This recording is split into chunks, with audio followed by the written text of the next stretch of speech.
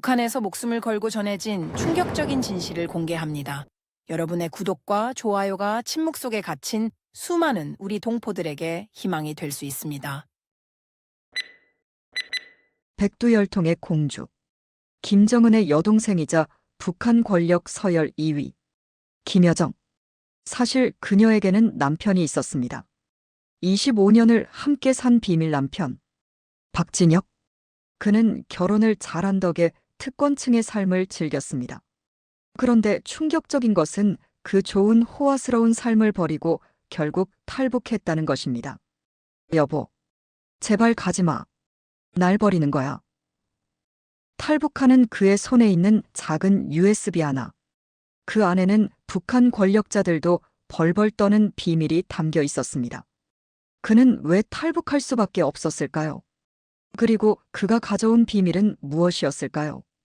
2020년 3월 16일 쿠바 하바나. 저는 카리브해의 뜨거운 햇살 아래 서 있었습니다. 손에는 작은 USB 하나가 쥐어져 있었고 제 심장은 터질 듯이 뛰고 있었습니다. 이 작은 장치 안에는 북한 최고 권력층의 비밀이, 그리고 제 인생 47년의 모든 것이 담겨 있었습니다.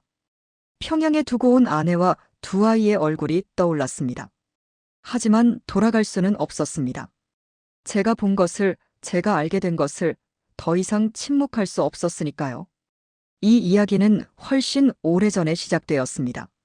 1973년 평양 외곽 사동구역의 허름한 집에서 제가 태어난 그 순간부터 말입니다. 저는 박진혁이라고 합니다. 1973년생으로 북한에서 가장 낮은 계층인 적대계층 출신입니다. 아버지는 평양 외곽의 한 공장에서 단순 노동을 하셨고 어머니는 협동농장에서 일하셨습니다. 할아버지는 한국전쟁 때 의용군으로 참전하셨지만 전투 중 다리에 심한 부상을 입으셔서 전후에는 하급 공훈만 받으셨습니다. 북한에서는 이런 것이 평생을 좌우합니다. 고위 간부의 자손은 대대로 좋은 자리를 물려받지만 저희 같은 집안은 아무리 노력해도 평생 밑바닥을 벗어날 수 없는 사회였습니다. 어린 시절을 떠올리면 지금도 가슴이 아픕니다. 1980년대 초반, 저는 5살이었습니다. 배급이 제대로 나오지 않던 시절이었죠.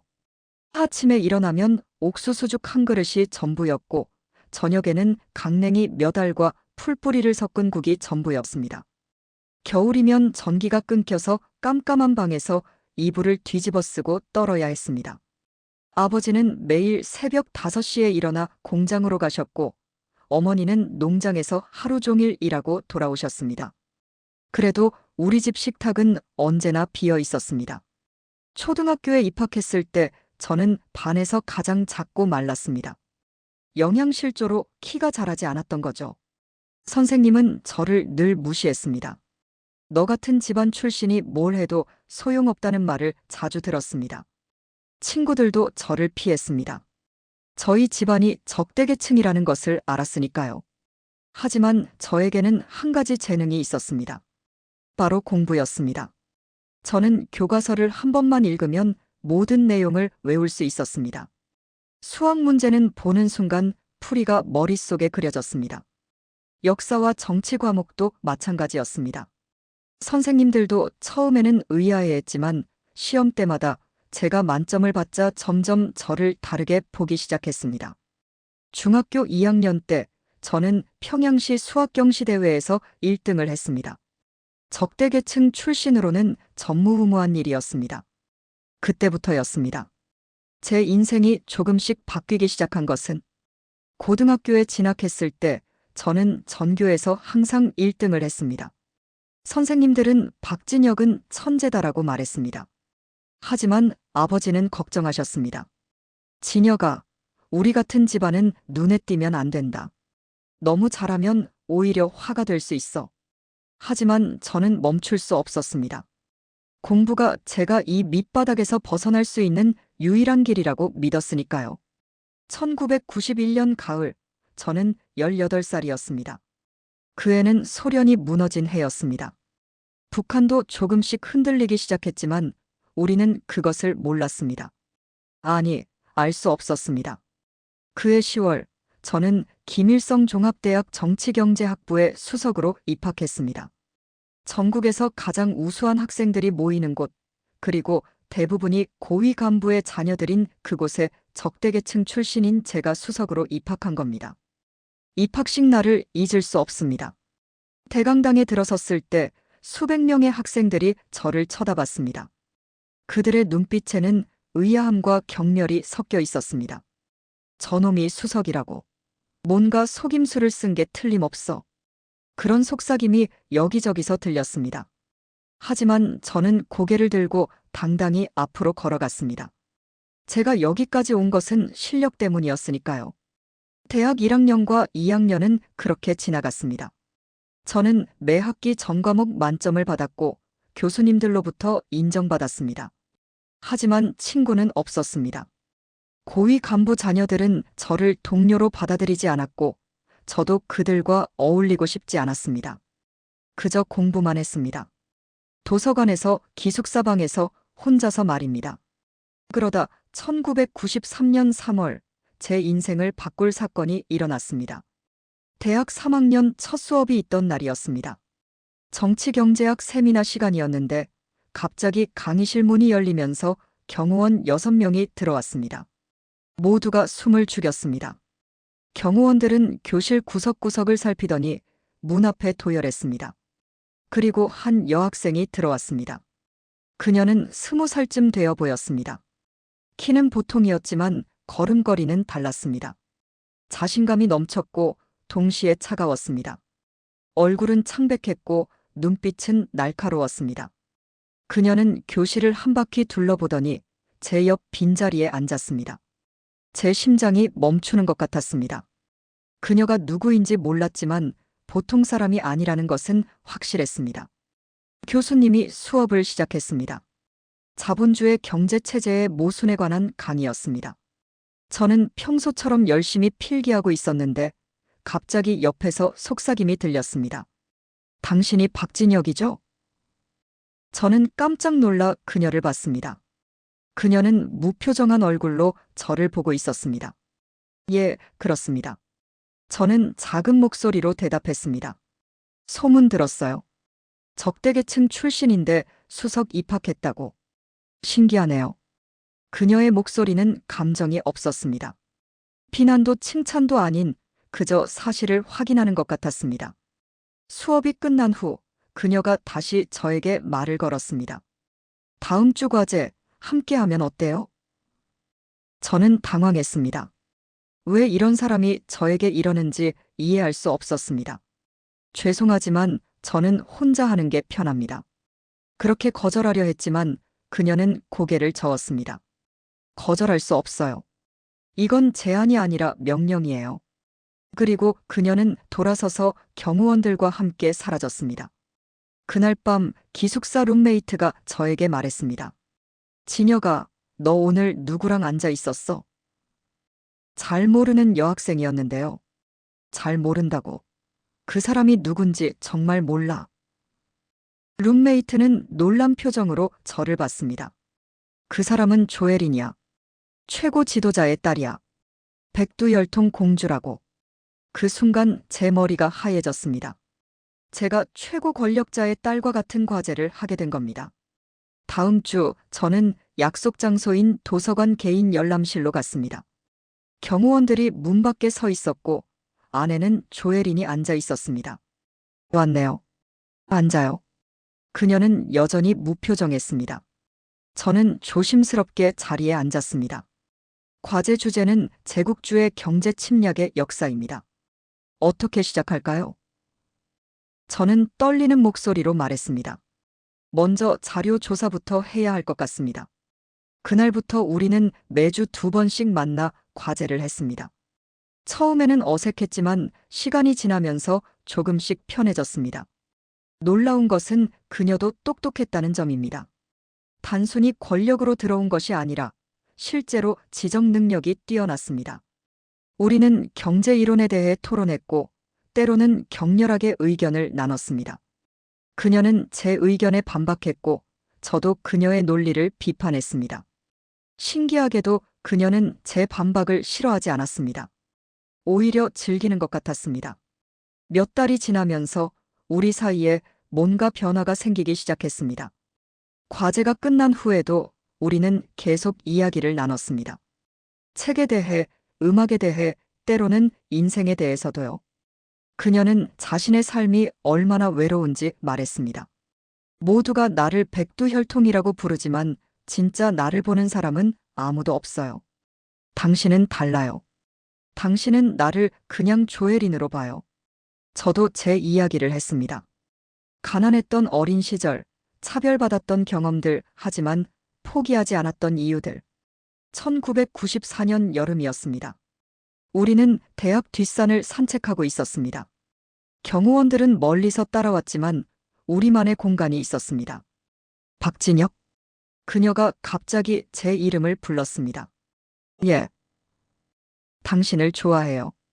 그 말을 듣는 순간 제 심장이 멈추는 것 같았습니다. 그건 불가능합니다.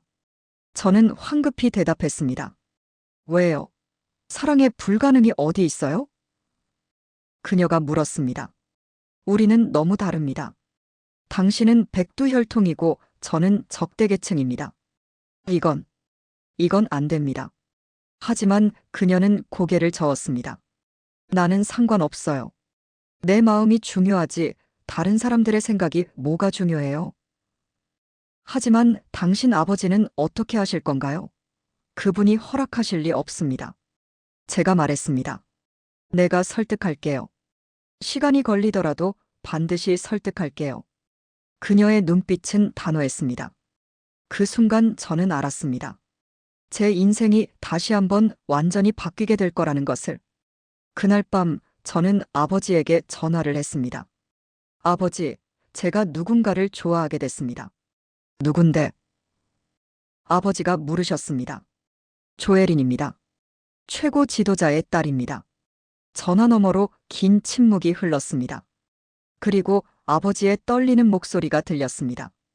진혁아, 우리 같은 집안은 눈에 띄면 안 된다고 했잖니. 지금 당장 그만둬. 그건 우리 가족 전체를 위험에 빠뜨리는 일이야. 하지만 아버지, 저는 진심입니다. 진심이 뭐가 중요해? 이건 목숨이 걸린 문제야. 아버지 말씀이 맞았습니다. 다음 날 대학당위원회에서 저를 불렀습니다. 박진혁 학생, 최근 조혜린 동무와 가까워졌다는 보고를 받았습니다. 당 비서가 저를 째려봤습니다. 신분을 망각한 행동입니다. 당장 그 관계를 끊으시오. 하지만 우리는 과제를 함께 할 뿐입니다. 저는 변명했습니다. 과제가 산책도 하고 개인적인 대화도 하는 건가? 당은 다 알고 있습니다. 이번이 마지막 경고입니다. 하지만 조혜린은 포기하지 않았습니다. 그녀는 아버지를 설득하기 시작했습니다. 몇 달이 지났고 1995년 봄이 왔습니다. 어느 날 그녀가 저에게 말했습니다. 아버지를 만나세요. 직접 말씀드려야 해요. 제가요? 최고 지도자를 만나라고요? 네. 이게 우리의 유일한 기회예요. 그리고 일주일 후 저는 평양 중심부의 한 관저로 갔습니다. 경호원들이 저를 검색했고 긴 복도를 지나 한 방으로 안내되었습니다. 방 안에는 한 남자가 앉아 있었습니다. 최고 지도자였습니다. 앉아라. 그는 차가운 목소리로 말했습니다.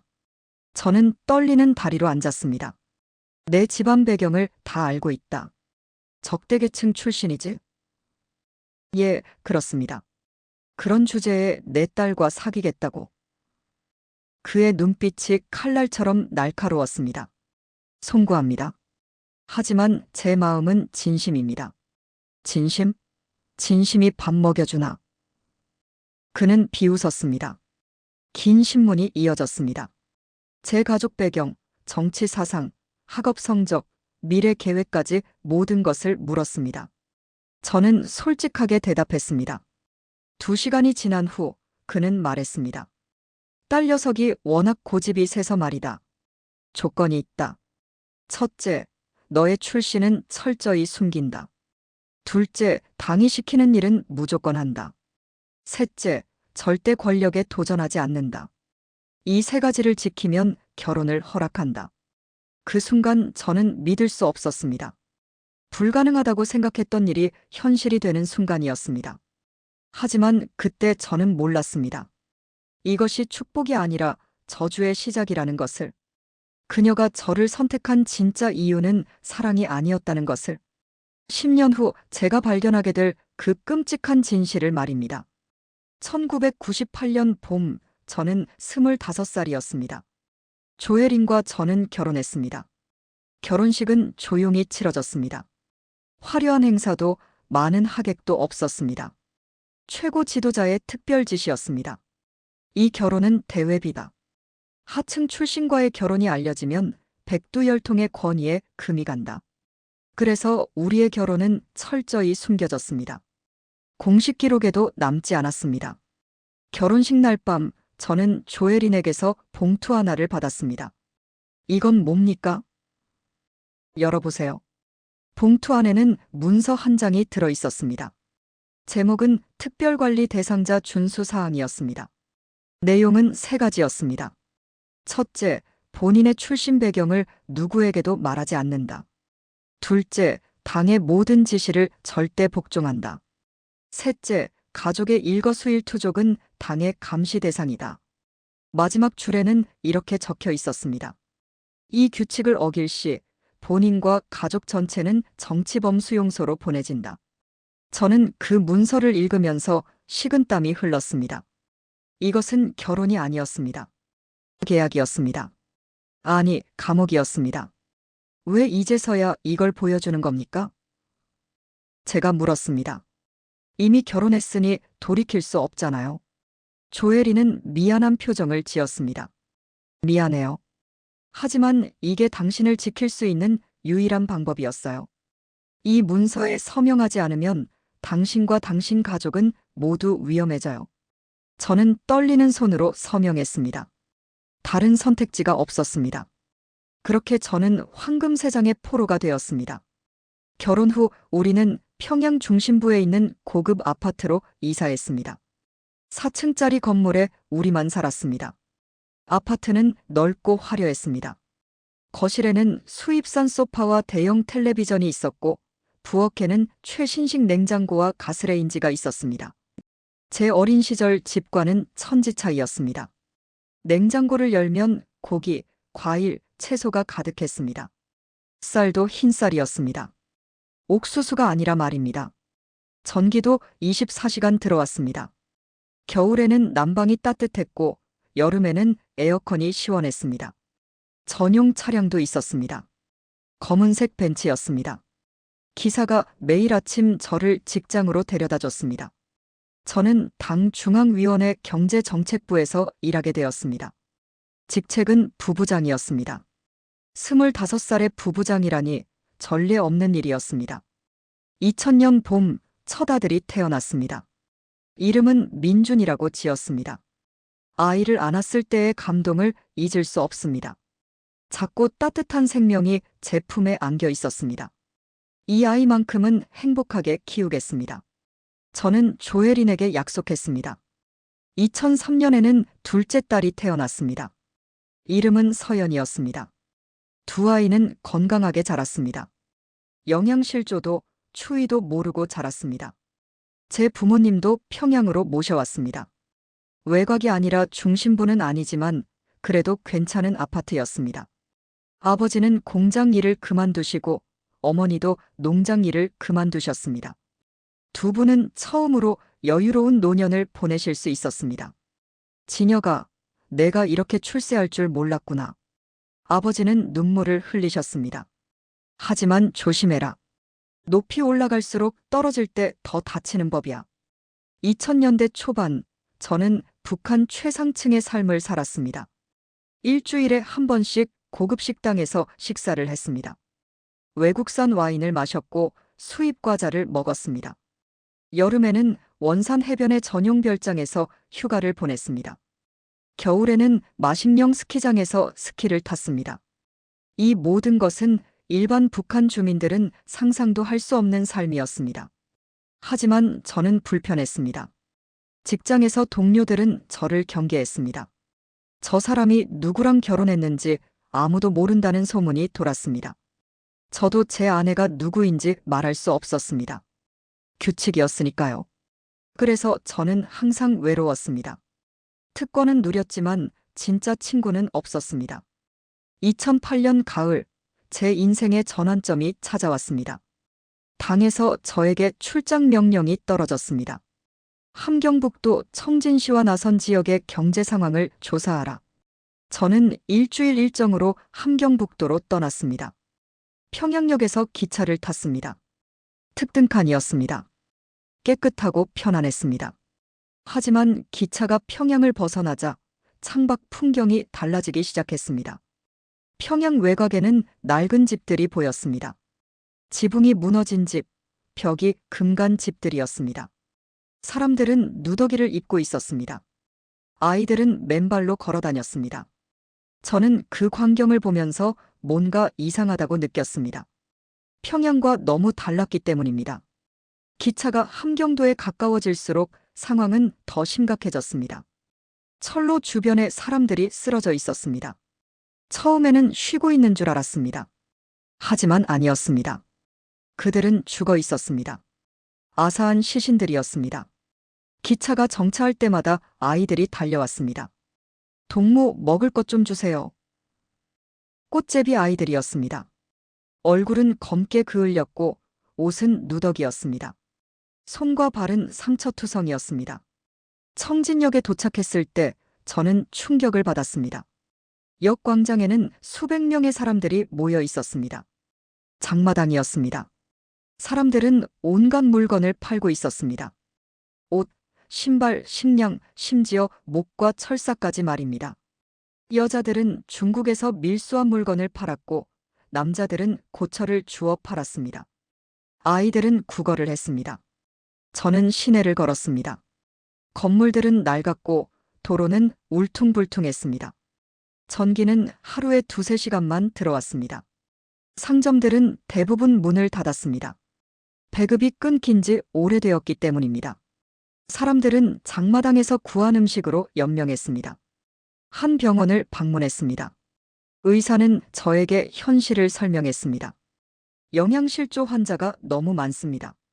특히 아이들이 심각합니다. 약도 부족하고 장비도 낡았습니다. 우리가 할 수 있는 게 없습니다. 병실에는 앙상한 아이들이 누워 있었습니다.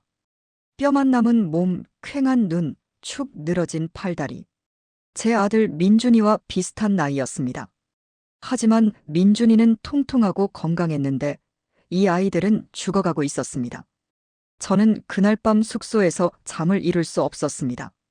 제 머릿속에는 낮에 본 광경들이 계속 떠올랐습니다. 철로 주변의 시신들, 구걸하는 꽃제비들, 영양실조로 죽어가는 아이들. 그리고 평양의 제 집이 떠올랐습니다. 가득 찬 냉장고, 따뜻한 난방, 건강한 아이들. 이 차이는 뭘까요? 우리는 같은 나라, 같은 민족인데 왜 이렇게 다를까요? 일주일 후 평양으로 돌아왔습니다. 기차에서 내려 차를 타고 집으로 가는 길, 평양은 깨끗하고 밝았습니다. 고층 건물들이 즐비했고 거리는 정돈되어 있었습니다. 사람들은 깔끔한 옷을 입고 걸어 다녔습니다. 마치 다른 나라 같았습니다. 아니, 다른 세계였습니다. 집에 도착해서 문을 열었을 때 민준이와 서연이가 달려왔습니다. 아빠. 두 아이를 안았습니다. 아이들은 따뜻하고 건강했습니다. 하지만 제 가슴은 답답했습니다. 함경도에서 본 아이들의 얼굴이 자꾸 떠올랐습니다. 그날 밤 저는 서재에서 출장 보고서를 작성했습니다. 하지만 진실을 쓸 수 없었습니다. 함경도 주민들의 혁명적 열의가 높습니다라고 써야 했습니다. 경제 상황이 호전되고 있습니다라고 거짓말을 써야 했습니다. 진실을 쓰면 저와 제 가족이 위험해질 테니까요. 보고서를 다 쓰고 저는 책장을 정리했습니다. 그러다 이상한 것을 발견했습니다. 책꽂이 뒤쪽에 작은 렌즈 같은 것이 있었습니다. 저는 조심스럽게 책을 빼냈습니다. 그리고 경악했습니다. 그것은 소형 카메라였습니다. 책장 안쪽에 교묘하게 숨겨져 있었습니다. 저는 온몸에 소름이 돋았습니다. 서재 곳곳을 살펴봤습니다. 그리고 더 많은 카메라를 발견했습니다. 책상 아래, 창문 커튼 뒤, 심지어 액자 안쪽에도 있었습니다. 침실도 확인했습니다. 옷장 안, 침대 머리맡에도 카메라가 있었습니다. 제가 결혼한 지 10년이었습니다. 그 10년 동안 제 모든 행동이 녹화되었다는 뜻이었습니다. 제가 무슨 책을 읽었는지, 무슨 말을 했는지, 어떤 표정을 지었는지 모두 기록되었다는 것입니다. 감시는 결혼하기 전부터 시작되었을지도 몰랐습니다. 1993년 조혜린을 처음 만난 그날부터 말입니다. 그때 깨달았습니다. 조혜린이 저를 선택한 이유가 사랑이 아니었다는 것을. 저는 실험 대상이었습니다. 적대계층 출신을 특권층으로 만들면 어떻게 변하는지 관찰하는 실험. 그녀와의 만남도 사랑도 결혼도 모두 계획된 것이었을지 모릅니다. 제 손이 떨렸습니다. 분노가 치밀어 올랐습니다. 하지만 동시에 두려움도 느꼈습니다. 제가 이 카메라들을 발견했다는 것을 그들이 알까요? 그렇다면 제가 어떤 반응을 보이는지도 지켜보고 있을까요? 저는 침착하게 행동하려고 노력했습니다. 카메라들을 다시 원래 자리에 놔뒀습니다. 마치 아무것도 모르는 척했습니다. 그리고 평소처럼 침대에 누웠습니다. 하지만 잠은 오지 않았습니다. 천장을 바라보며 생각했습니다. 이 삶이 진짜 제 삶인가? 아니면 제가 연기하고 있는 삶인가? 새벽 2시쯤 갑자기 문 두드리는 소리가 들렸습니다. 똑똑똑. 3번의 규칙적인 소리였습니다. 저는 벌떡 일어났습니다. 조혜린은 옆에서 자고 있었습니다. 문 두드리는 소리가 다시 들렸습니다. 더 크고 다급했습니다. 저는 조심스럽게 문 쪽으로 걸어갔습니다. 현관문 앞에 섰습니다. 그리고 문을 열었습니다. 문 밖에는 검은 옷을 입은 남자가 서 있었습니다. 보위부 요원이었습니다. 그의 얼굴은 무표정했고 눈빛은 차가웠습니다. 박진혁 동무 따라오시죠. 그는 낮고 단호한 목소리로 말했습니다. 지금이요? 새벽에요. 지금입니다. 질문 없이 따라오십시오. 그 순간 제 뇌리를 스친 것은 함경도에서 본 광경들이었습니다. 그리고 방금 발견한 카메라들이었습니다. 제가 뭔가 잘못한 걸까요? 아니면 제가 너무 많이 알아버린 걸까요? 제 인생이 여기서 끝나는 걸까요? 보위부 요원은 저를 차에 태웠습니다. 검은색 승용차였고 창문에는 검은 필름이 붙어 있었습니다. 밖이 보이지 않았습니다. 어디로 가는지도 몰랐습니다. 30분쯤 달렸을까요? 차가 멈췄습니다. 요원이 말했습니다. 내리십시오. 건물 안으로 들어갔습니다. 긴 복도를 지나 한 방으로 안내되었습니다. 방은 좁았고 천장에는 하얀 형광등이 켜져 있었습니다. 책상과 의자가 있었습니다. 앉으십시오. 저는 떨리는 다리로 의자에 앉았습니다. 요원은 문을 닫고 나갔습니다. 10분쯤 기다렸을까요? 문이 열리고 또 다른 남자가 들어왔습니다. 40대 정도 되어 보였고 군복을 입고 있었습니다. 가슴에는 별이 3개 달려 있었습니다. 상자였습니다. 그는 저 맞은편에 앉았습니다. 그리고 담배를 꺼내 불을 붙였습니다. 박진혁 동무 함경도 출장 다녀왔다며? 그가 담배 연기를 내뿜으며 물었습니다. 예, 다녀왔습니다. 뭘 봤나? 보고서에 다 적었습니다. 보고서 말고 진짜 뭘 봤는지 물어보는 거야. 그의 목소리가 낮아졌습니다. 저는 침을 삼켰습니다. 주민들이 열심히 일하고 있었습니다. 거짓말하지 마. 우리는 다 안다. 넌 철로 주변에서 시신을 봤고 꽃제비들을 봤고 병원에서 죽어가는 아이들을 봤어. 안 그런가? 제 등에서 식은땀이 흘렀습니다. 그건 솔직히 말해. 어떤 생각이 들었어? 저는 잠시 망설였습니다. 하지만 거짓말해도 소용없다는 것을 알았습니다.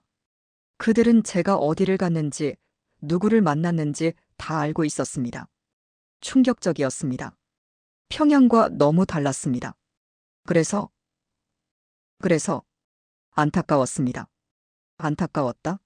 체제에 불만을 품은 거 아니야? 그의 눈빛이 날카로워졌습니다. 아닙니다. 절대 그런 게 아닙니다. 저는 황급히 부인했습니다. 저는 당에 충성합니다. 다만 주민들의 어려움이 안타까웠을 뿐입니다. 그는 담배를 재떨이에 비볐습니다. 박진혁 동무, 자네 집에 카메라가 있다는 거 알지? 제 심장이 멈추는 것 같았습니다. 예. 최근에 알게 됐습니다. 10년 전부터 설치되어 있었어. 자네의 모든 행동을 우리는 지켜봤지. 왜 저를 감시하는 겁니까? 왜긴 왜야. 자네는 적대계층 출신이야. 백두열통과 결혼했지. 우리가 자네를 안 지켜보면 누굴 지켜봐. 그는 차가운 미소를 지었습니다. 하지만 다행이야. 10년 동안 자네는 별 문제가 없었어. 당에 충성했고, 일도 잘했고, 가정도 잘 꾸렸어. 그래서 우리는 자네를 계속 쓰기로 했어. 계속 쓴다고요? 그래. 자네에게 새로운 임무를 주겠어. 그는 서류 가방에서 봉투 하나를 꺼냈습니다. 이게 뭡니까? 저는 봉투를 받았습니다. 열어봐. 봉투 안에는 DVD 몇 장과 문서가 들어 있었습니다. 이건 남조선 영상물이야. 드라마, 뉴스, 예능 프로그램이지. 자네는 이걸 보고 분석해서 매주 보고서를 제출해. 남조선의 실상을 파악하는 거야. 어떻게 저들이 주민들을 세뇌하는지, 어떤 거짓 선전을 하는지 말이야. 저는 믿을 수 없었습니다. 제가 남한 영상을 봐도 되는 겁니까? 당의 명령이니까 가능한 거지. 하지만 누구에게도 말하면 안 돼. 이건 극비 임무야. 알겠나? 예, 알겠습니다. 좋아. 그리고 박진혁 동무, 이게 자네의 마지막 기회야. 함경도에서 본 것 때문에 이상한 생각하지 마. 체제에 충성하고 당이 시키는 일만 해. 그럼 자네와 자네 가족은 안전해. 하지만 만약 배신하면. 그는 말을 멈추고 담배를 한 모금 빨았습니다. 자네도 알 거야. 정치범수용소가 어떤 곳인지. 그날 이후 제 삶은 또 한 번 바뀌었습니다. 저는 매주 남한 영상을 받았습니다. 처음에는 두려웠습니다. 이게 함정인가? 제가 남한에 동조하는지 시험하는 건가? 하지만 매주 보고서를 제출해야 했으니 볼 수밖에 없었습니다. 첫 번째로 본 영상은 2008년 남한 드라마였습니다. 제목은 기억나지 않습니다. 하지만 내용은 충격적이었습니다. 드라마 속 사람들은 자유롭게 말하고 웃고 사랑했습니다. 집에는 냉장고, 세탁기, 텔레비전이 있었습니다. 24시간 전기가 들어왔고 뜨거운 물이 나왔습니다. 거리에는 자동차가 가득했고 상점에는 물건이 넘쳤습니다. 한 장면이 특히 제 뇌리에 박혔습니다.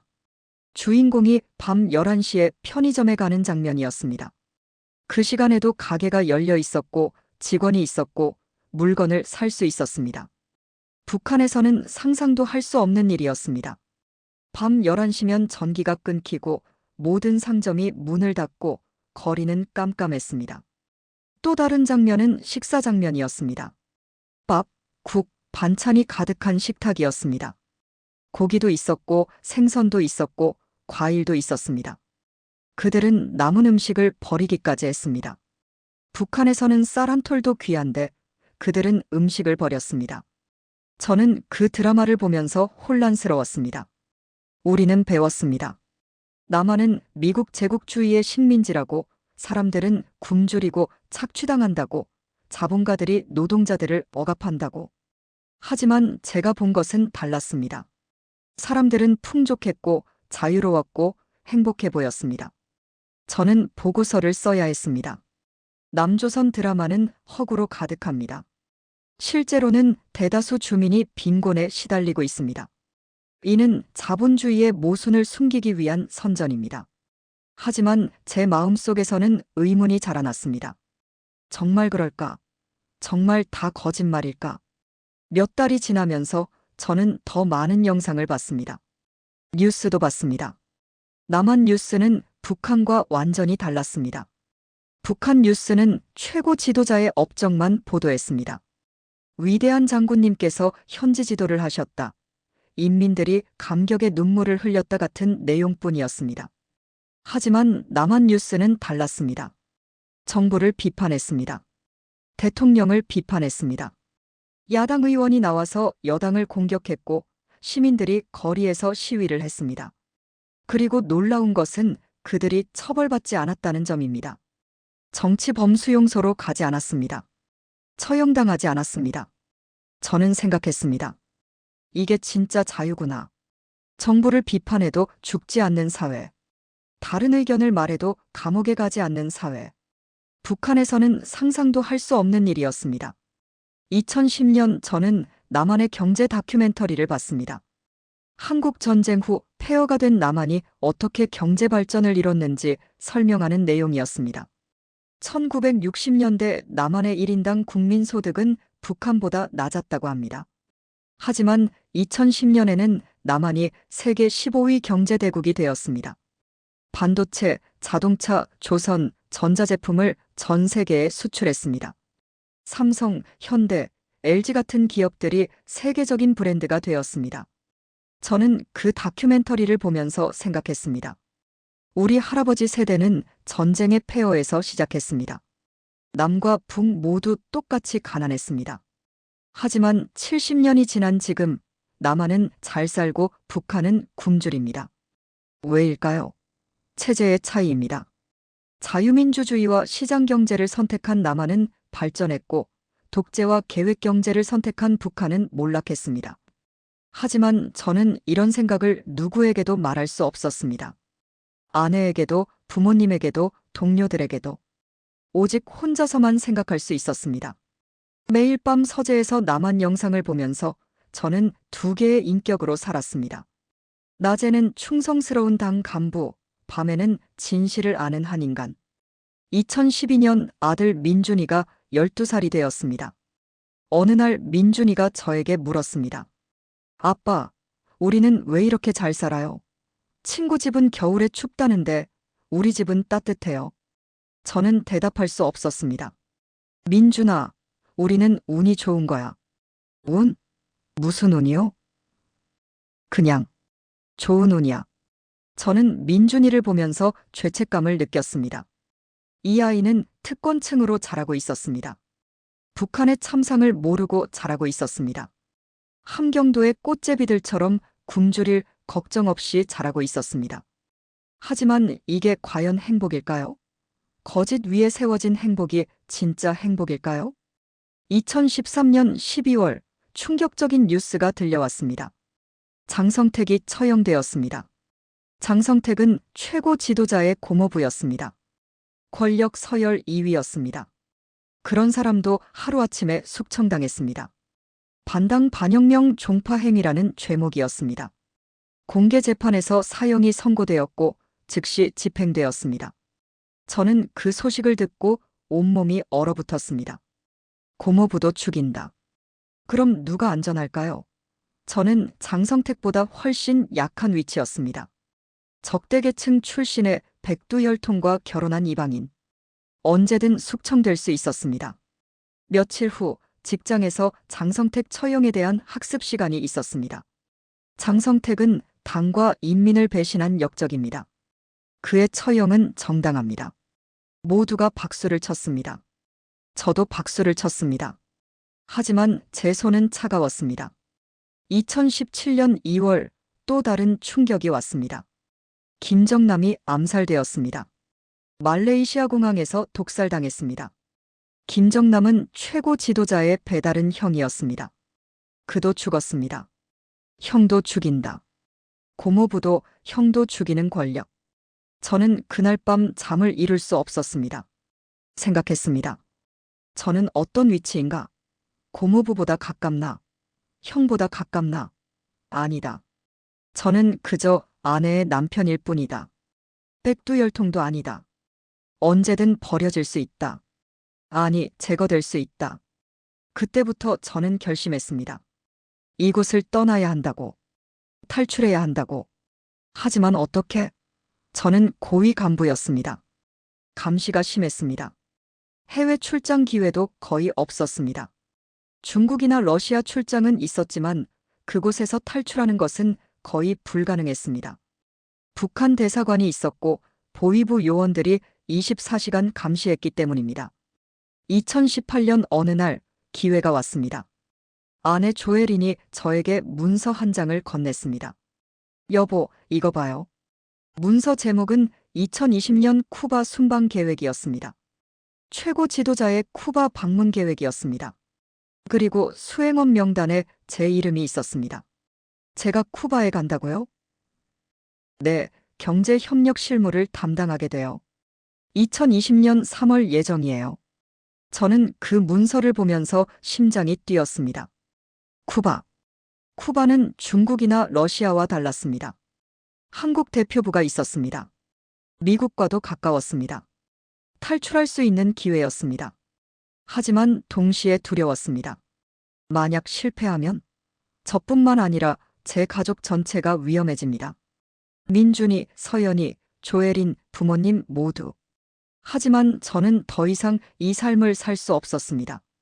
거짓 위에 세워진 삶, 감시받는 삶, 언제 숙청될지 모르는 삶. 그날 밤 저는 결심했습니다. 2020년 쿠바 순방, 그것이 제 마지막 기회라고. 저는 탈출할 것입니다. 그리고 세상에 진실을 알릴 것입니다. 북한의 실상을, 인권 유린을, 독재의 잔혹함을. 하지만 그러기 위해서는 증거가 필요했습니다. 단순히 제 증언만으로는 부족했습니다. 확실한 물증이 필요했습니다. 그래서 저는 시작했습니다. 극비 정보를 모으기 시작했습니다. 작은 USB 하나에 북한 권력의 모든 비밀을 담기 시작했습니다. 2018년 가을부터 저는 조심스럽게 정보를 수집하기 시작했습니다. 당 중앙위원회 경제정책부 부부장이라는 직책 덕분에 저는 많은 기밀 문서에 접근할 수 있었습니다. 하지만 조심해야 했습니다. 한 번이라도 의심받으면 끝이었습니다. 처음 복사한 문서는 고위 간부들의 비리 기록이었습니다. 뇌물수수 내역, 불법 무역 기록, 해외 비밀 계좌 정보였습니다. 저는 야근한다는 핑계로 사무실에 늦게까지 남았습니다. 그리고 문서를 스캔했습니다. 작은 휴대용 스캐너를 중국 출장 때 몰래 구입했습니다.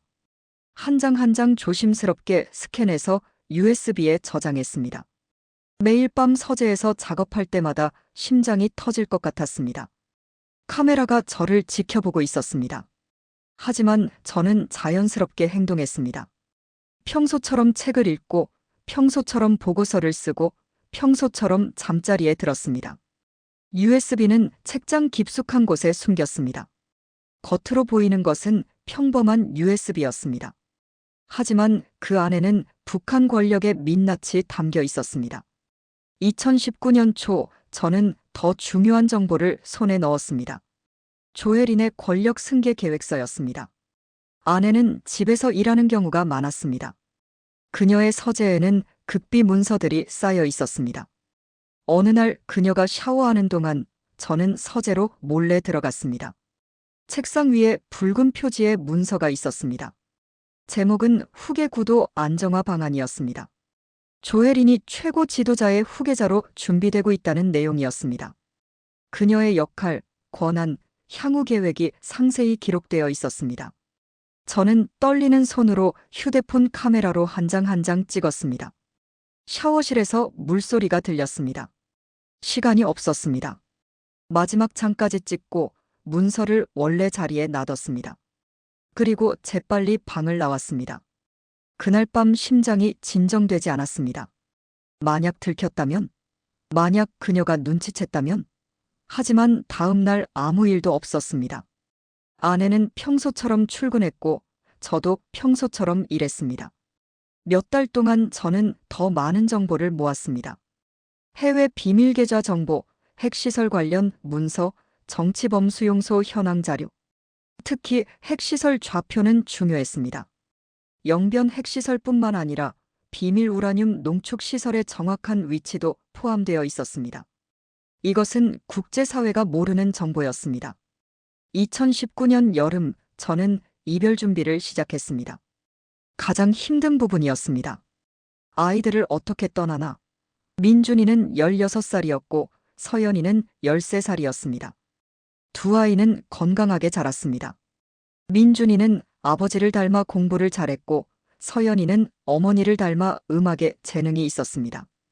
어느 주말 저는 아이들과 평양 외곽으로 소풍을 갔습니다.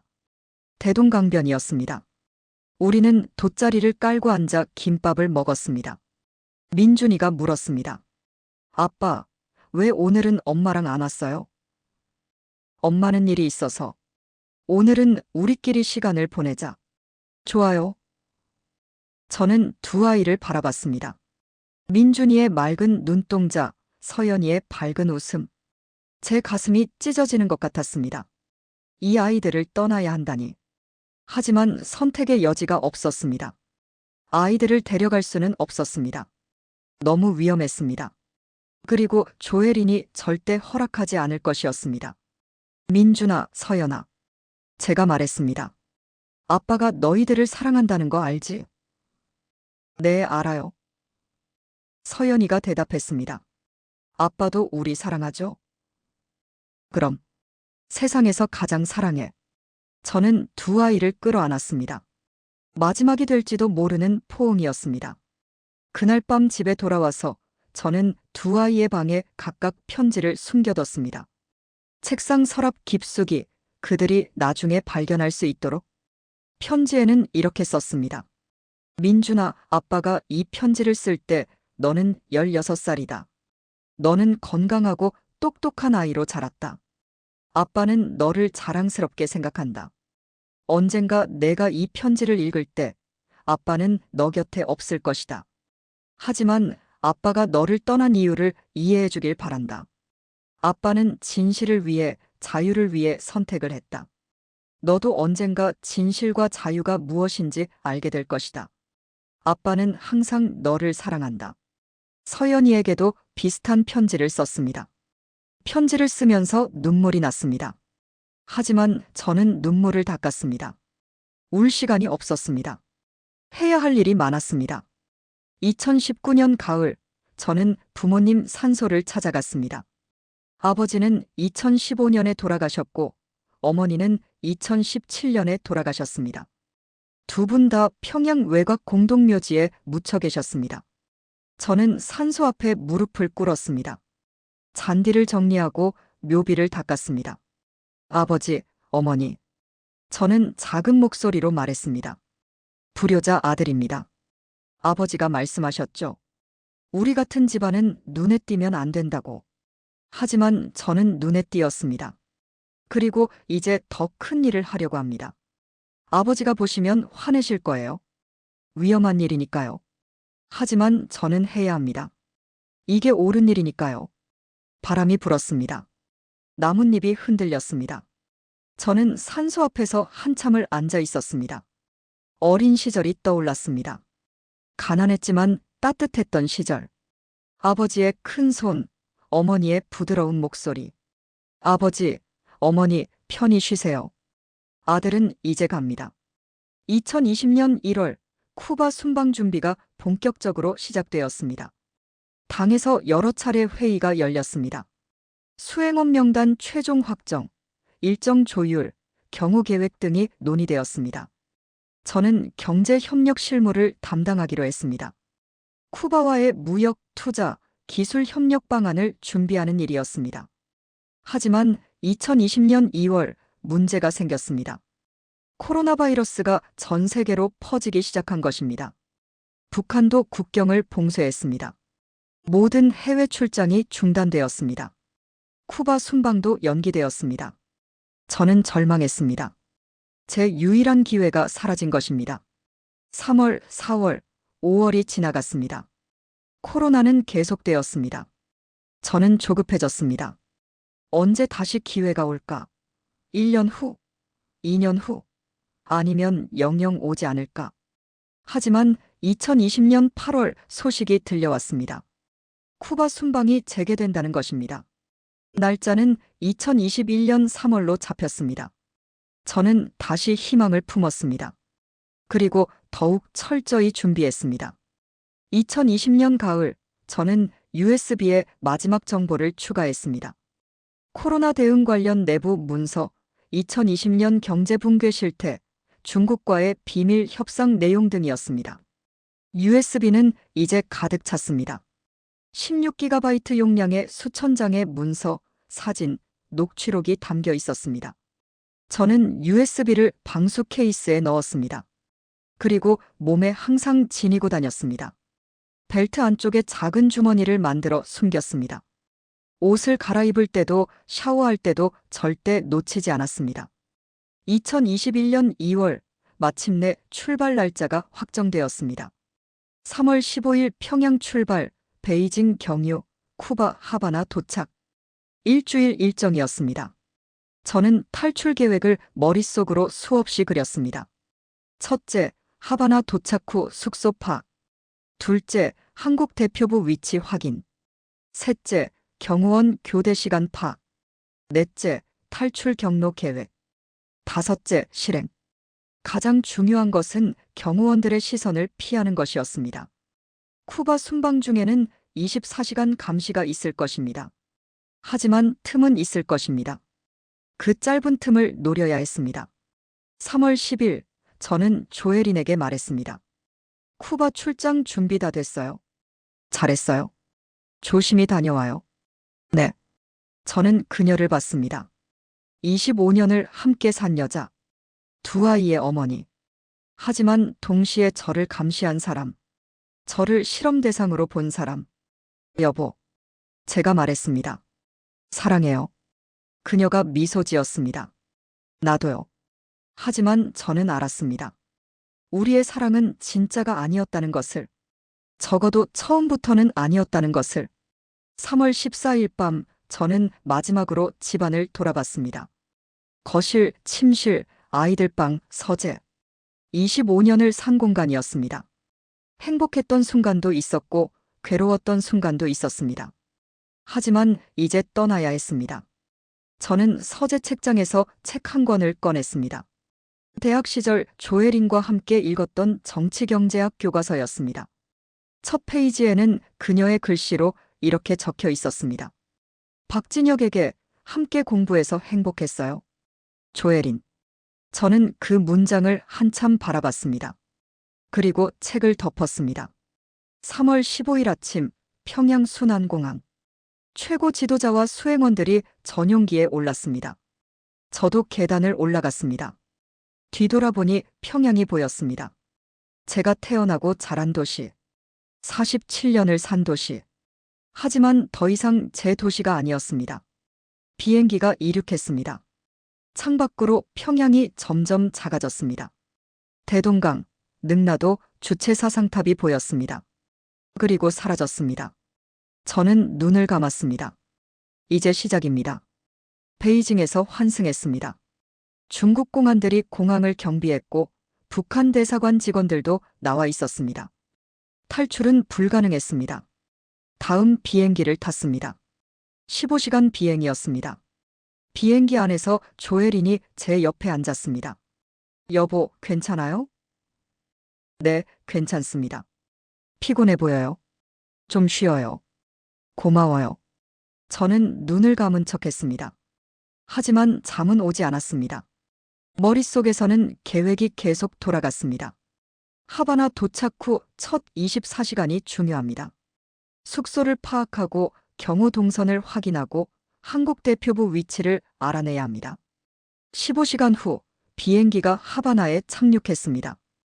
카리브해의 뜨거운 햇살이 창문으로 들어왔습니다. 저는 심호흡을 했습니다. 여기입니다. 제 운명이 결정될 곳. 공항에서 쿠바 관리들이 우리를 환영했습니다. 의전 차량들이 대기하고 있었습니다.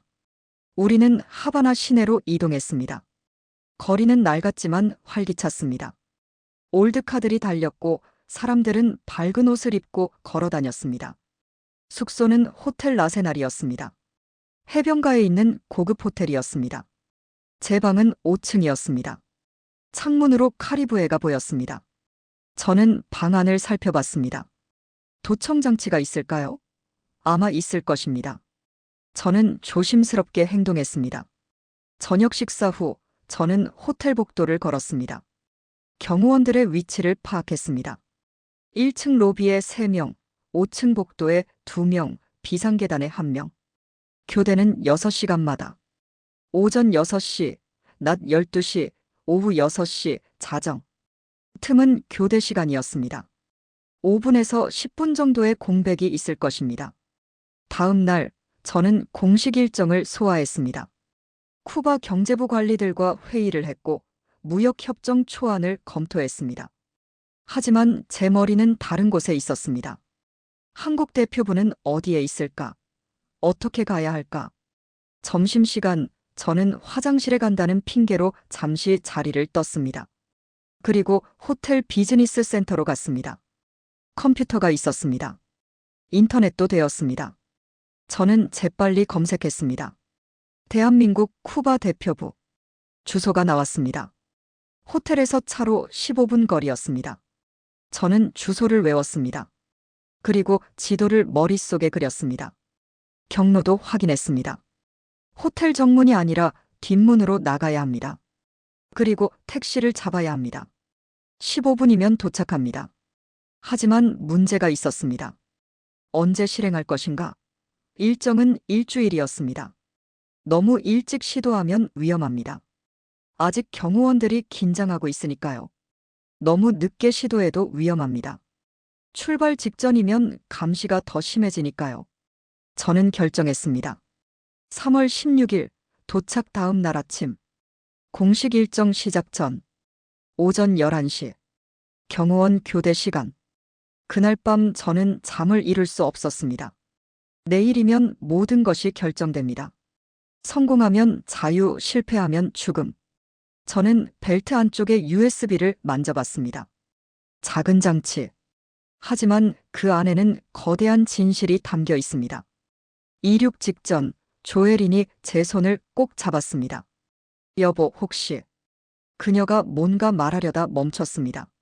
저는 그녀를 봤습니다. 그녀의 눈에는 의심이 있었습니다. 그녀가 눈치챈 걸까요? 혹시 뭐요? 제가 물었습니다. 아니에요. 그냥. 조심하세요. 네, 알겠어요. 하지만 저는 알았습니다. 그녀가 뭔가 느꼈다는 것을. 여자의 직감일까요? 아니면 정보를 입수한 걸까요? 상관없었습니다. 이미 너무 늦었습니다. 내일 아침이면 모든 것이 끝납니다. 3월 16일 새벽 저는 깨어났습니다. 시계를 봤습니다. 오전 5시. 6시간 후면 실행입니다. 저는 창문 밖을 봤습니다. 카리브해에 동이 트고 있었습니다. 아름다운 일출이었습니다. 자유의 일출이었습니다. 아니면 마지막 일출일까요? 2021년 3월 16일 오전 10시 50분. 저는 호텔방에 앉아 시계를 바라보고 있었습니다. 10분 후면 모든 것이 시작됩니다. 제 인생의 마지막 도박. 성공하면 자유, 실패하면 죽음. 심장이 미친 듯이 뛰었습니다. 손에서 땀이 났습니다. 입안이 바짝 말랐습니다. 저는 물 한 잔을 마셨습니다. 그리고 거울을 봤습니다. 거울 속의 남자는 창백했습니다. 47년을 북한에서 산 남자. 25년을 거짓 속에서 산 남자. 하지만 이제 진실을 향해 걸어갈 남자. 저는 벨트를 만져봤습니다. USB가 있었습니다. 작은 장치. 하지만 그 안에는 북한 권력의 모든 비밀이 담겨 있었습니다. 해외 비밀 계좌 150억 달러, 고위 간부 50명의 비리 증거, 조혜린의 권력 승계 계획서, 그리고 핵시설의 정확한 좌표. 이것만 있으면 됩니다. 다른 것은 필요 없습니다. 10시 55분. 저는 방을 나섰습니다. 복도에는 경호원이 서 있었습니다. 어디 가십니까? 아침 산책 좀 하려고요. 호텔 정원에서. 알겠습니다. 동행하겠습니다. 아니요, 괜찮습니다. 혼자 걸을게요. 규정상 동행해야 합니다. 경호원은 단호했습니다. 저는 속으로 욕이 나왔습니다. 계획이 틀어지는 건가? 아니다. 침착해야 한다. 그럼 잠깐만 기다려주세요. 화장실 좀 다녀올게요. 예, 여기서 기다리겠습니다. 저는 방으로 돌아갔습니다. 그리고 창문을 봤습니다. 5층이었습니다. 너무 높았습니다. 뛰어내릴 수는 없었습니다.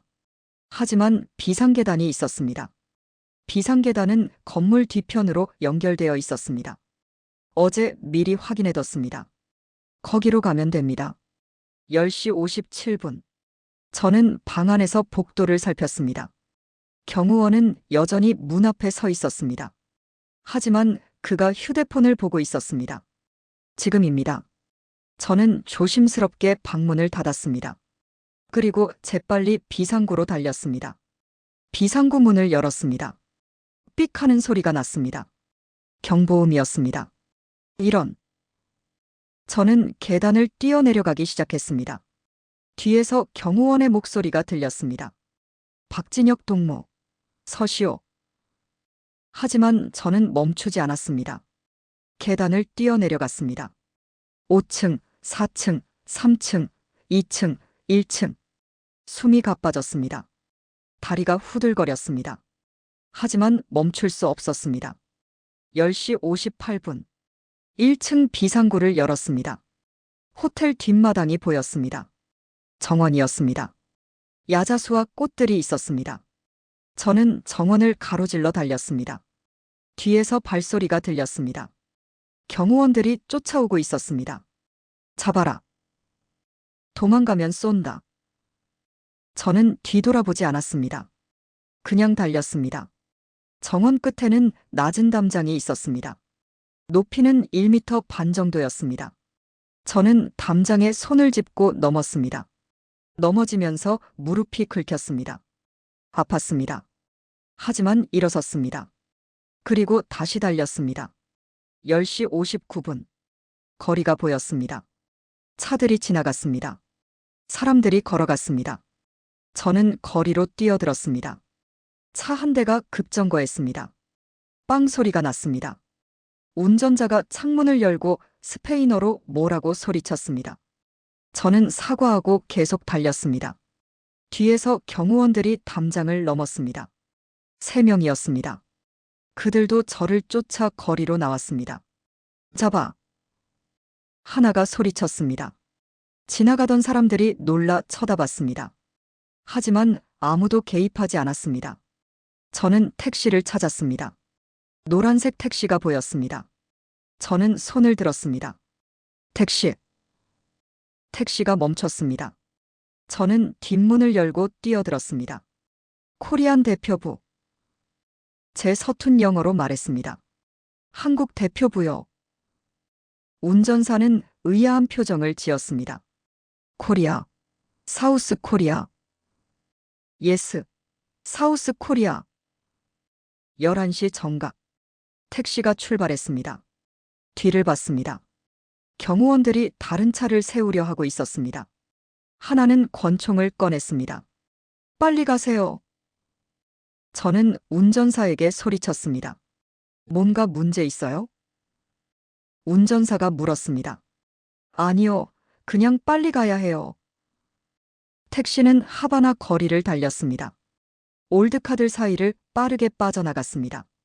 저는 계속 뒤를 봤습니다. 검은색 차 한 대가 우리를 쫓아오고 있었습니다. 북한 경호원들이었습니다. 더 빨리! 제가 말했습니다. 운전사는 엑셀을 밟았습니다. 거리는 복잡했습니다. 차들, 오토바이들, 사람들로 가득했습니다. 택시는 이리저리 피해갔습니다. 뒤따라오는 차도 속도를 높였습니다. 점점 가까워졌습니다. 50m, 40m, 30m. 11시 3분.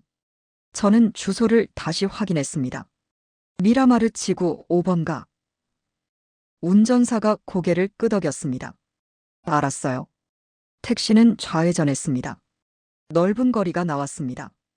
양쪽에 저택들이 늘어서 있었습니다. 미라마르 지구였습니다. 뒤따라오는 차가 옆으로 붙었습니다. 창문이 열렸습니다.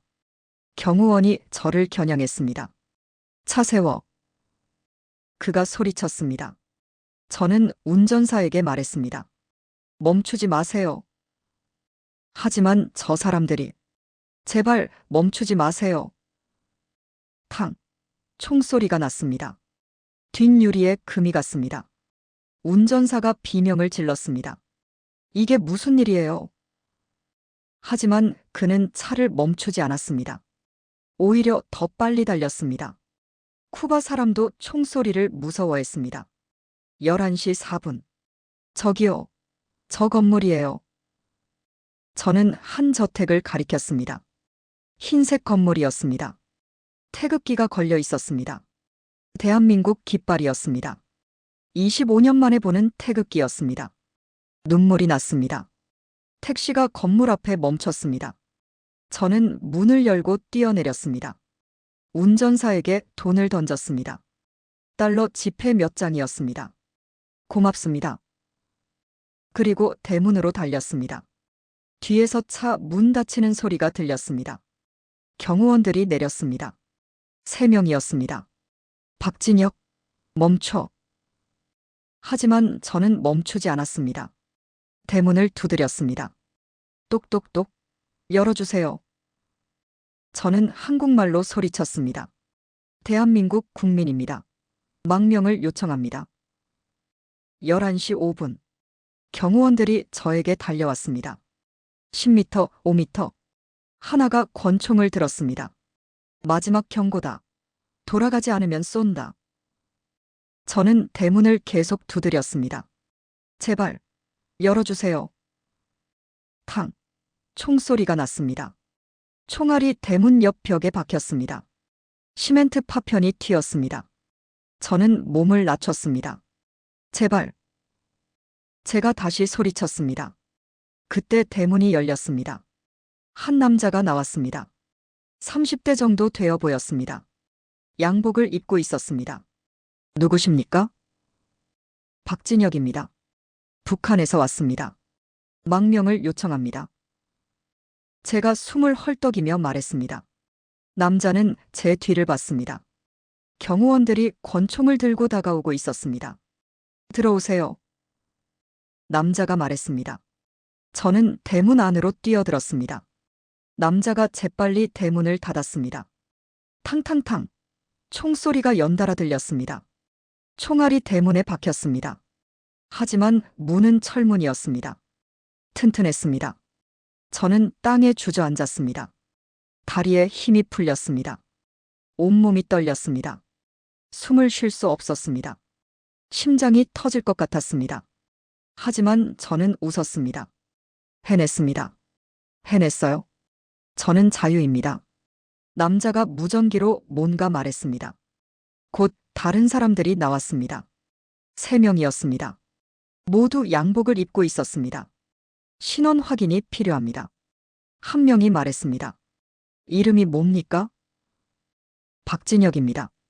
생년월일은 1973년 5월 3일입니다. 북한 어디 출신입니까? 평양 사동구역입니다. 질문이 계속되었습니다. 가족관계, 직책, 탈출 이유. 저는 모든 질문에 답했습니다.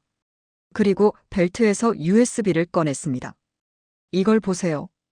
여기에 모든 증거가 있습니다. 남자가 USB를 받았습니다. 무엇이 들어 있습니까? 북한 권력층의 비밀입니다. 비리, 비밀 계좌, 핵시설 정보. 모든 것이 있습니다. 남자들은 서로 눈을 마주쳤습니다. 심각한 표정이었습니다. 일단 안으로 들어가시죠. 대사님께 보고해야 합니다. 저는 건물 안으로 들어갔습니다. 복도를 지나 한 방으로 안내되었습니다. 사무실이었습니다. 책상과 의자, 컴퓨터가 있었습니다. 그리고 벽에는 태극기와 대통령 사진이 걸려 있었습니다. 저는 태극기를 한참 바라봤습니다. 빨강, 파랑, 검정, 흰색. 아름다운 색깔들이었습니다. 자유의 색깔들이었습니다. 눈물이 흘렀습니다. 저는 태극기 앞에 무릎을 꿇었습니다. 감사합니다. 감사합니다.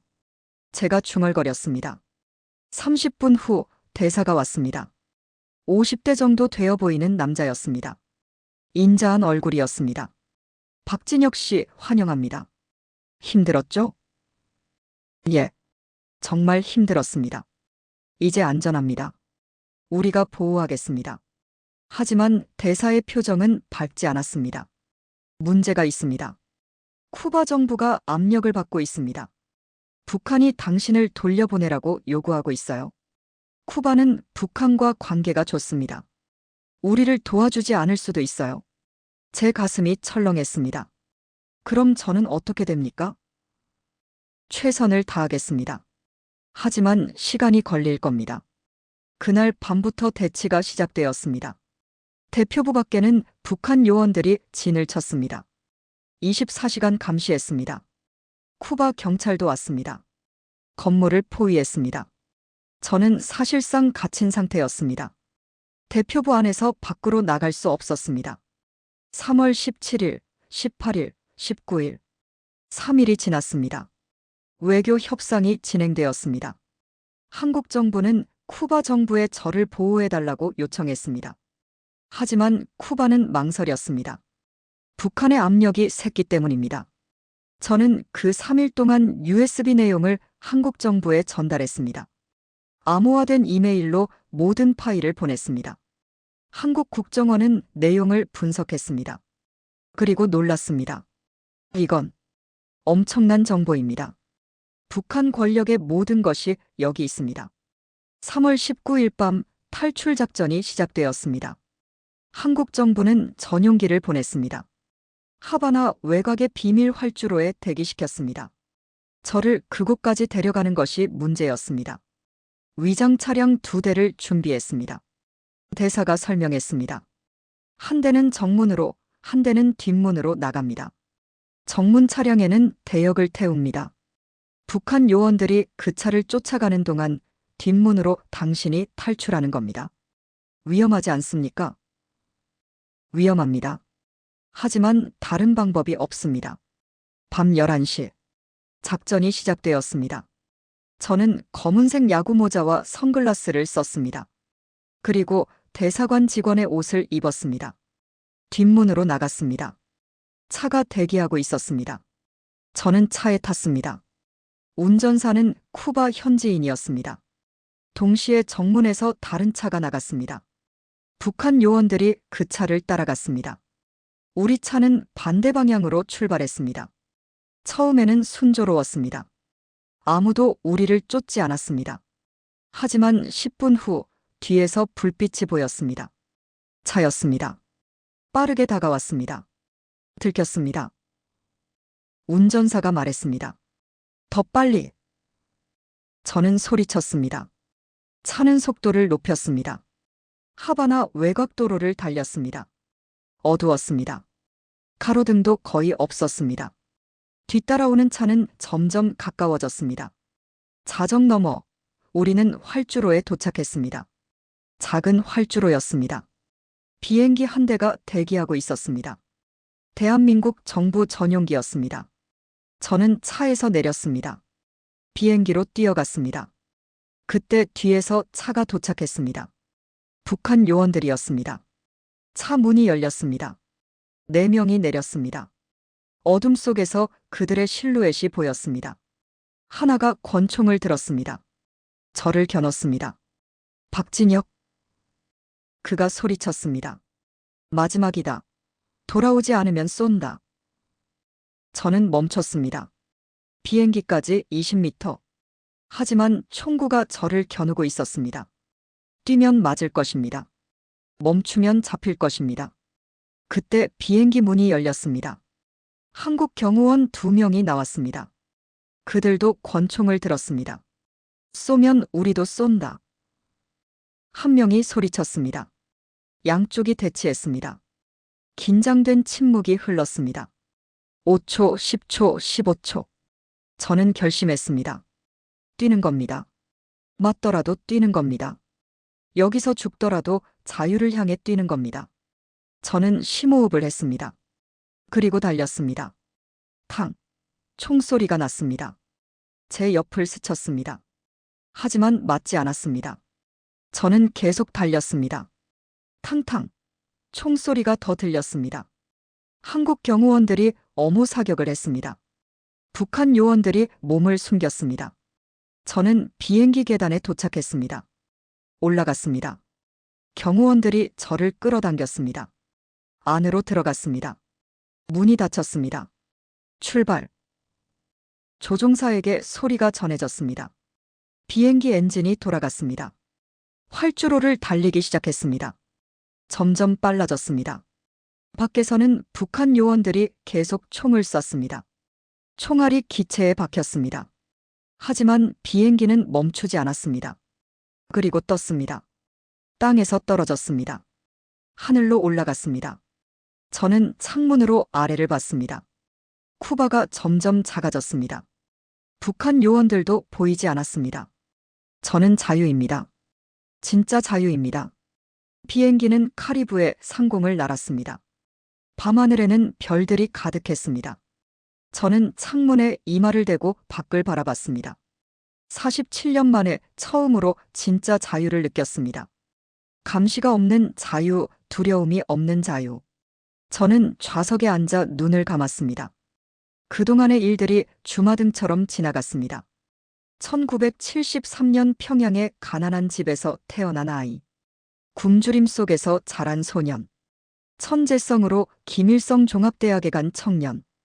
백두혈통과 불가능한 사랑을 한 남자. 25년을 거짓 속에서 산 남편. 그리고 마침내 탈출한 망명자.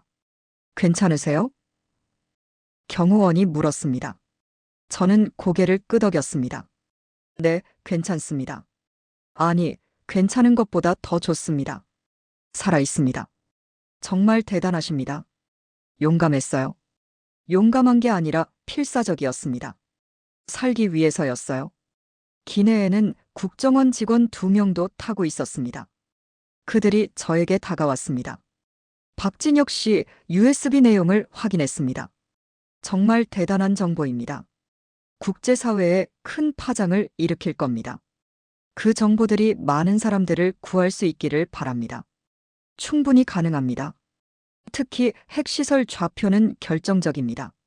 저는 USB에 담긴 정보를 떠올렸습니다. 그 작은 장치 안에는 북한 권력층의 모든 비밀이 들어있었습니다. 첫째, 최고 지도자와 고위 간부들의 해외 비밀 계좌 정보. 스위스, 싱가포르, 중국, 러시아에 숨겨진 계좌들. 총액은 150억 달러가 넘었습니다. 북한 주민들은 굶주리는데 권력자들은 해외에 천문학적인 돈을 숨겨놓고 있었습니다. 둘째, 고위 간부 50명의 비리 증거. 뇌물수수, 불법 무역, 마약 밀매, 위조 지폐 제조. 모든 범죄 기록이 담겨 있었습니다. 이들은 겉으로는 혁명을 외쳤지만 뒤로는 인민의 고열을 빨아먹고 있었습니다. 셋째, 조혜린의 권력 승계 계획서. 그녀가 어떻게 최고 권력자로 준비되고 있는지, 어떤 역할을 맡고 있는지, 누가 그녀를 지지하는지 상세히 기록되어 있었습니다. 북한 권력 구조의 내부를 들여다볼 수 있는 문서였습니다. 그리고 넷째, 가장 중요한 정보. 북한 핵시설의 정확한 위치 좌표였습니다. 영변 핵시설은 이미 알려져 있었습니다. 하지만 비밀 우라늄 농축시설들은 아무도 몰랐습니다.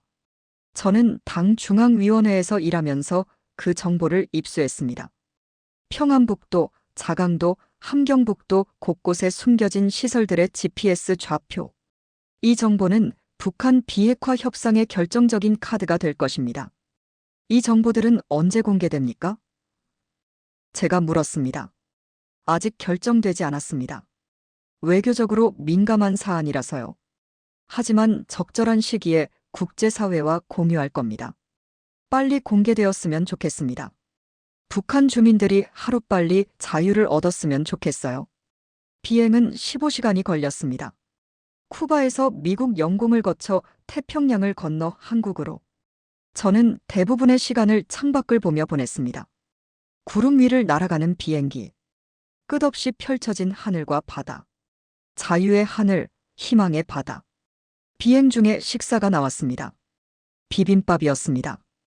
25년 만에 먹는 진짜 한국 음식이었습니다. 저는 젓가락을 들고 한참을 바라봤습니다. 고추장의 빨간색, 시금치의 초록색, 당근의 주황색. 아름다운 색깔들이었습니다. 한 입 먹었습니다. 눈물이 났습니다. 맛있었습니다. 자유의 맛이었습니다. 평양에 두고 온 가족들은 괜찮을까요? 제가 국정원 직원에게 물었습니다. 그는 난처한 표정을 지었습니다. 솔직히 말씀드리면 어려울 겁니다. 북한은 탈북자 가족들을 처벌합니다. 특히 고위 간부의 경우는 더 심합니다. 제 아내와 아이들도요? 네. 조혜린 씨는 권력층이라 직접적인 처벌은 없을 수 있지만 정치적으로 타격을 받을 겁니다. 아이들은 어려울 것 같습니다. 제 가슴이 아팠습니다. 민준이와 서연이. 21살과 18살이 된 제 아이들. 그들은 아버지 때문에 고통받을 것입니다. 숙청당할 수도 있습니다. 정치 범수용소로 갈 수도 있습니다.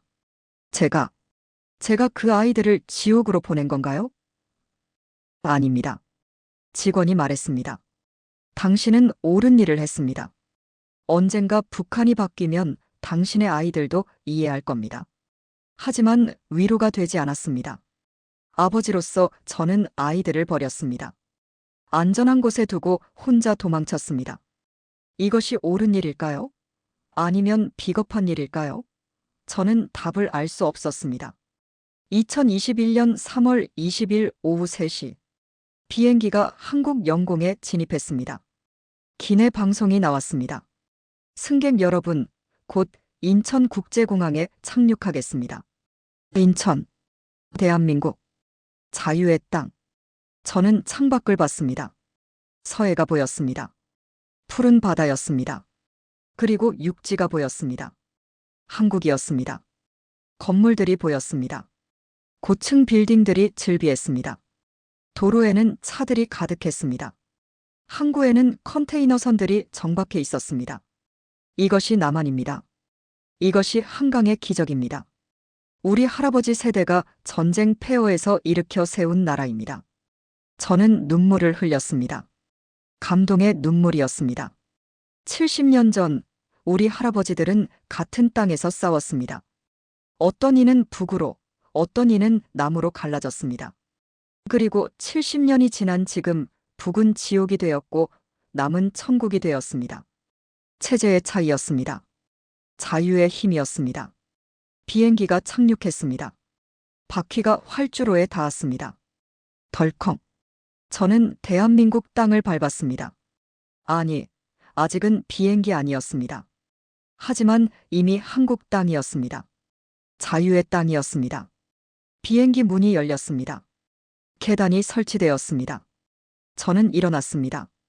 경호원들과 국정원 직원들이 저를 에스코트했습니다. 계단을 내려갔습니다. 한 계단, 한 계단. 그리고 마지막 계단을 내려섰습니다. 제 발이 땅에 닿았습니다. 대한민국 땅. 자유의 땅. 저는 무릎을 꿇었습니다. 그리고 땅에 이마를 댔습니다. 눈물이 쏟아졌습니다. 감사합니다. 감사합니다. 대한민국 감사합니다. 저는 중얼거렸습니다. 국정원 직원들이 저를 일으켰습니다. 박진혁 씨 환영합니다. 대한민국에 오신 것을 환영합니다. 감사합니다. 정말, 정말 감사합니다. 저는 울면서 말했습니다. 47년 만에 저는 자유인이 되었습니다. 공항 VIP 라운지로 이동했습니다. 거기서 국정원장과 통일부 장관이 저를 기다리고 있었습니다. 박진혁 씨 고생 많으셨습니다. 대단한 용기였습니다. 국정원장이 악수를 청했습니다. 저는 그의 손을 잡았습니다. 따뜻했습니다. 이제부터 당신은 대한민국 국민입니다. 우리가 보호하겠습니다. 며칠간 조사가 이어졌습니다.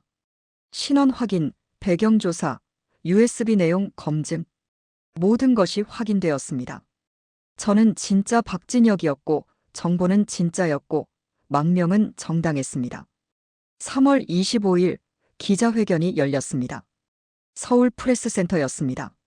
수백 명의 기자들이 모였습니다. 국내 언론, 외신 기자들. 카메라가 저를 비췄습니다. 전 세계가 저를 지켜보고 있었습니다.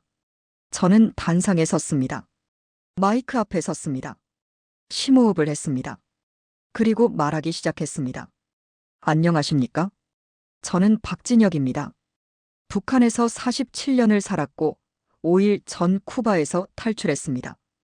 오늘 여러분께 북한의 진실을 말씀드리려고 합니다. 저는 1973년 평양에서 태어났습니다. 적대계층 출신이었습니다. 가난했고 굶주렸고 차별받았습니다. 하지만 공부를 열심히 해서 김일성 종합대학에 수석으로 입학했습니다. 거기서 백두혈통과 만났고 불가능한 결혼을 했습니다. 25년 동안 저는 특권층으로 살았습니다. 평양의 좋은 아파트, 가득 찬 냉장고, 전용 차량. 북한 주민 대부분이 상상도 할 수 없는 삶이었습니다. 하지만 저는 알게 되었습니다. 이 특권이 얼마나 많은 사람들의 희생 위에 세워진 것인지. 2008년 함경북도 출장에서 저는 보았습니다. 철로 주변의 시신들, 구걸하는 꽃제비들, 영양실조로 죽어가는 아이들.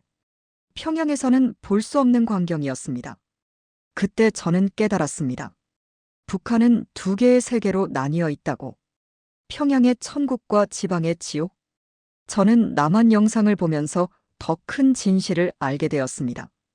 70년 전 전쟁의 폐허에서 남과 북은 똑같이 가난했습니다. 하지만 지금 남한은 세계 10위 경제대국이고 북한은 세계 최빈국입니다. 왜일까요?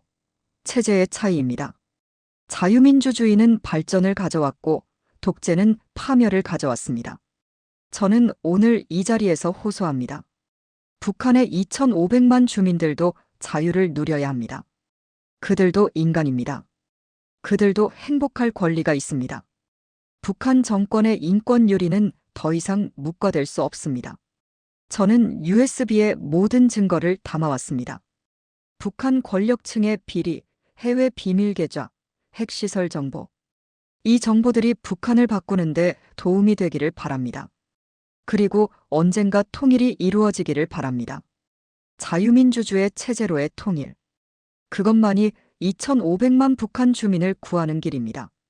마지막으로 한 가지 말씀드리고 싶습니다. 우리 할아버지 세대는 전쟁을 겪었습니다. 우리 아버지 세대는 분단을 살았습니다. 그리고 우리 세대는 통일을 이뤄야 합니다. 70년의 분단을 끝내야 합니다. 북한 동포들에게 자유를 가져다 줘야 합니다.